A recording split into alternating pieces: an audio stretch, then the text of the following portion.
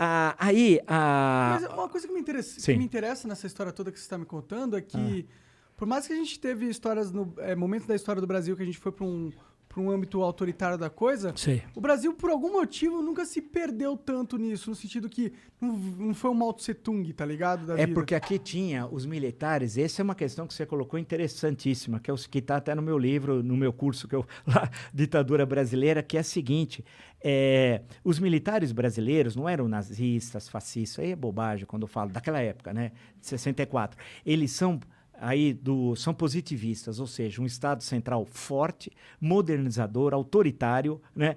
Mas eles são patriotas. Sim, naquele momento, sim. Bem do que eles não tem nada a ver com o Bolsonaro. O Bolsonaro é traidor da pátria, né? Ele é traidor. Okay. Ele se ajoelha pro imperialismo americano. Você imagina? Ele se ajoelha para quem salvar os filhos dele. Ele não faz uma coisa. Aí, os militares, você tem um programa naquele momento de nacionalismo, de industrialização rápida, de inserção no Brasil no mundo, do Brasil ser uma potência no hemisfério sul, potência militar no hemisfério sul, vem até a história da bomba atômica, né?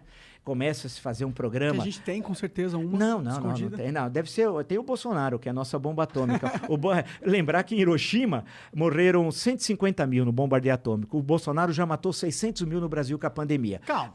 Só para ver, ele é 4 vezes... mil, vai. Não, mas já estamos chegando a 600 mil. Não, eu sei, mas dá para pôr tudo na conta do Bolsonaro. Não, você poderia, diz os especialistas, que de cada 5, se você tivesse tomado as medidas adequadas, você salvaria 4 tal, né? Você teria condições pelas estatísticas... Eu entendo, mas é que tem que tomar cuidado, porque, tipo, a pandemia é um fenômeno natural, que tem de ser tratado cientificamente. Que, tipo, um ser humano não é também a causa de tudo da parada. Eu acho que é importante dar esse fato para não parecer que a gente tá batendo no Bolsonaro só por bater, tá ligado? Não, eu tô batendo porque ele é incapaz, é incompetente, é reacionário, é traidor da pátria, é chefe de quadrilha, só isso, é uma forma para homenageá-lo. E ele é tudo isso. Porque mas foi 600 mil pessoas que morreram por causa dele. Mas se você for pegar ação concreta, né, quando você... Ele continua conspirando contra a vacina. Nessa matéria de hoje, ele tá conspirando contra a vacina. Bom, quer dizer, é inacreditável. No discurso internacional que ele fez na ONU, ele falou a favor da vacina. Não, mas também falou do Tratikov. O Tratikov é um dos maiores crimes cometidos no Brasil. Que é isso? O Tratikov é o tratamento precoce. O tratamento precoce. E eles inventaram em Manaus... Mas isso está sendo discutido bastante nos Estados Unidos também. Não, mas isso é de pessoal da extrema... Tem de lembrar que os Estados Unidos é chamar Terra da Liberdade Peru no Mútil, né? Então, se você vê lá que tem a Ku Klux Klan, a supremacia branca, que, por sinal, o Bolsonaro trouxe para o Brasil o número 88 daquele clube de tiro... Vejam hoje, tá lá no UOL, aquele 80, eu já sabia que já tinha me contado essa história, eu só não falei, mas saiu agora no UOL, tudo bem, eu vou dizer. 88 é a supremacia branca, é 2 vezes a letra H, de Heil Hitler. Entendi. É isso. É o número 8. Ou seja, eles trouxeram isso para o Brasil e está o Eduardo Bolsonaro com isso. E é supremacia. Então, pensar que Estados Unidos é aquela lembrança, dos pais fundadores ali, eu estou me referindo ao processo da independência, a democracia, depois... Você tem que lembrar que a emenda 13 da Constituição americana não aboliu a escravidão, hein? Leia, inclusive, a luta até hoje da Angela Davis, leia a continuidade da 13ª emenda. Então, é um negócio complicado, mas que é uma referência em debates políticos para nós, claro que tem coisas fantásticas lá, em termos da cultura, grandes escritores, filmes, não mas é necessário tomar cuidado das coisas que vêm. Eles não são também o arauto da moralidade mundial. Da moralidade também, tem casos lá de terrível corrupção e tal, mas tem coisas extremamente legais, bacanas e tal. Agora, e que nós somos aqui tributários, né? Basta ver a influência dos anos 60 lá aqui no Brasil. Esse por aí vai. Mesmo aqui é totalmente baseado na cultura americana. Não, e você pega, outro dia eu estava falando até estava no Jornal da Cultura, só um parênteses, aí tinha um senhor lá, e eu me lembrei de um filme chamado Easy Rider, que aqui chamou Sem Destino, né? Que é um clássico, né? Com o Peter Fonda, o Dennis Hopper e o Jack Nicholson, que provavelmente é o primeiro filme que rouba a cena. E aí você vê o que é os Estados Unidos, porque eles estão fazendo, porque os Estados Unidos foi do leste para o oeste, né? Veio do Atlântico para o Pacífico, processo de ocupação territorial.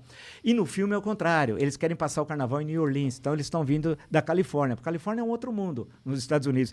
E aí eles vão chegando no meio oeste, onde estão os caipiras, e aí, vê uns caras cabeludos, tudo, de moto.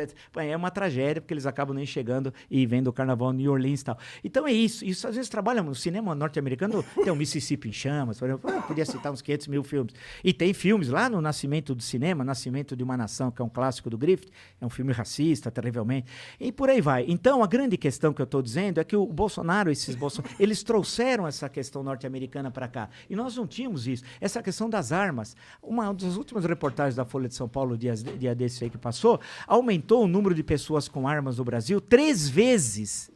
Desde 2019, quando ele assumiu a presidência. Mas você acha isso ruim? Acho, claro que sim. Isso aí é Estados Unidos, que tem aqueles malucos que entram na escola, fuzilam, matam não sei quem. Mas isso pra não que é o cara vai ter sintoma pequeno de uma parada? Eu não sei se concordo com você nesse sentido. Você imagina 6 armas, você ter 6 armas.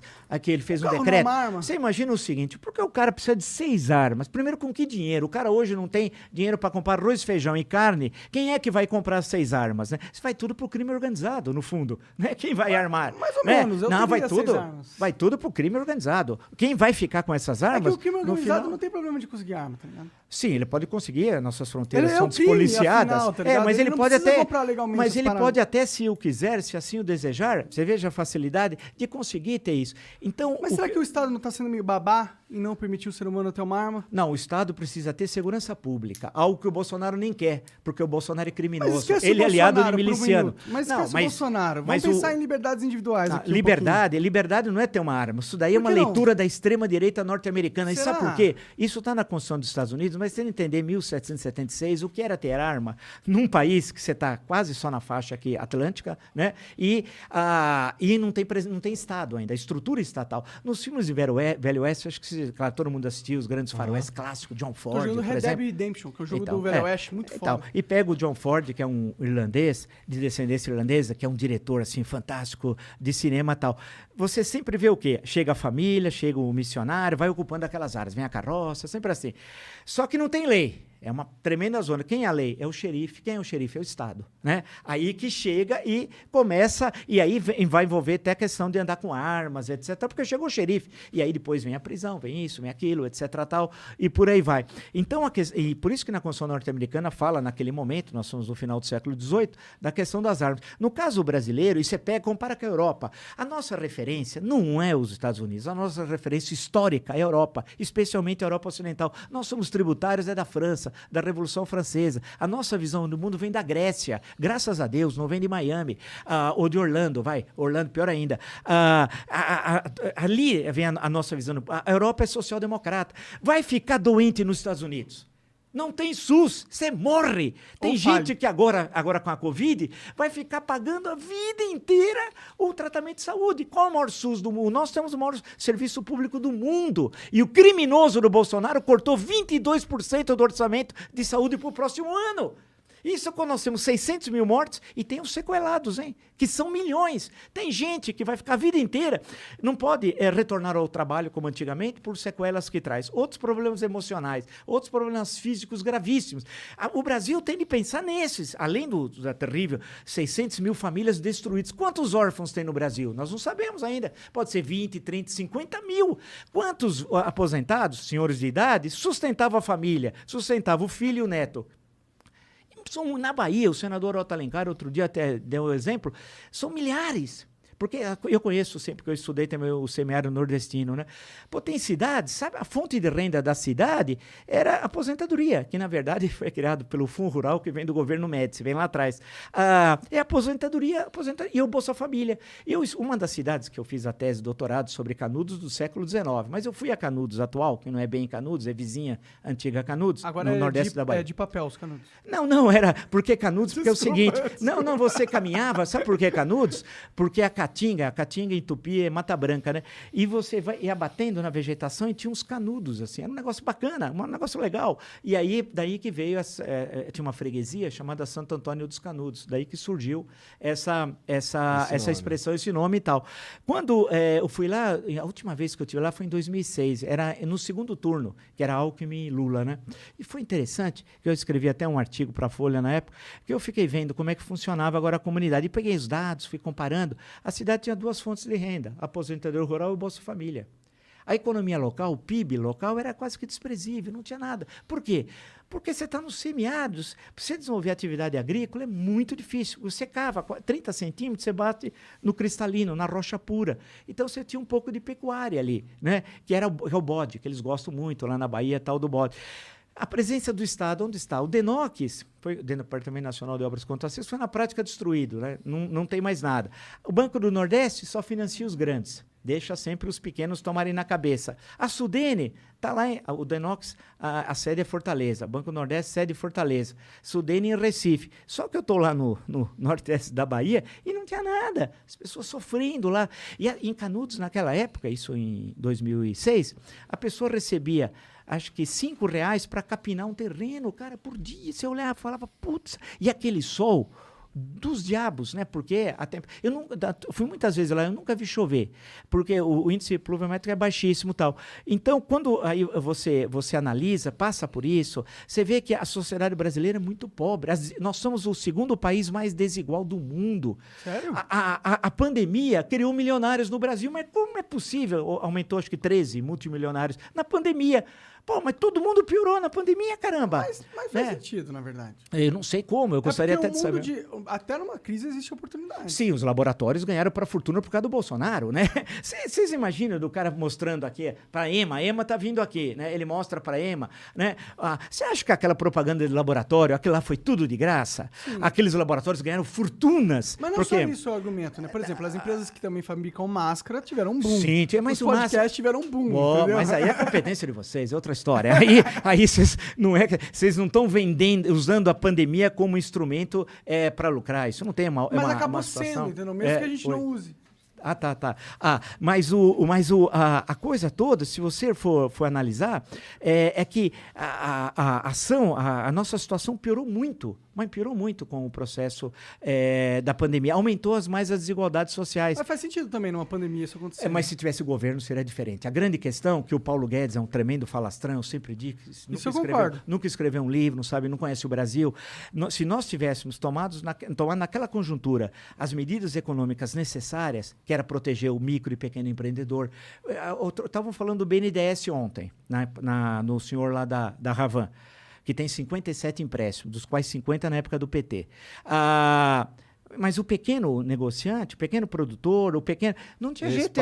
Esse passou foco. O pequeno, o micro, o médio. Então, a questão toda, se você for desenhar todo esse cenário, você não tinha uma política econômica de defesa dos mais frágeis. Por outro lado, a discussão da Bolsa, depois do auxílio emergencial, o valor foi a Câmara dos Deputados que estabeleceu os R$600. Não foi ele, que era 300. E aquilo permitiu a economia circular no momento fundamental para o país, a economia circulou.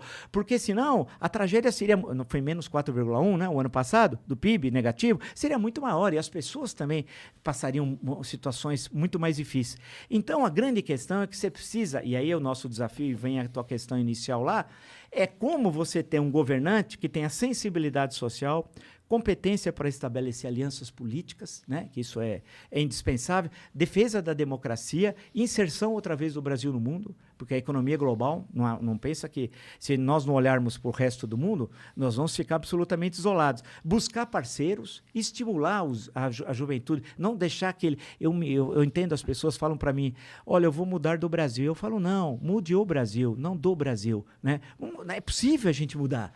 Temos que batalhar. Eu já falo, sai daqui quando você pode, mano. Não, tem de mudar, nós temos de mudar. Então, nós temos de construir. Você não vai mudar. Só sai daqui, se você pode, sai daqui. Mas nós temos condições, porque as condições estão colocadas. Por exemplo, se você olhar os próprios setor primário, agricultura, a pecuária, que é muito eficiente, nós temos um setor de serviços que pode se desenvolver bastante e muito.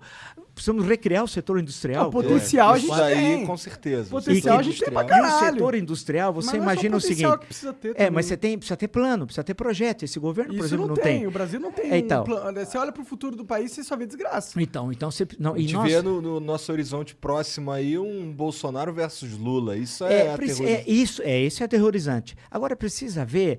É aquela história, nós estamos ainda há 13 meses da eleição, né? A política é muito dinâmica, né? Teve eleições que 13 meses ou 12, se preferirem um ano antes, tinha um quadro eleitoral e depois na eleição foi outro. O processo é muito dinâmico. Precisa ver o que vai ocorrer nesse processo, ou seja, como é que isso vai evoluir, né?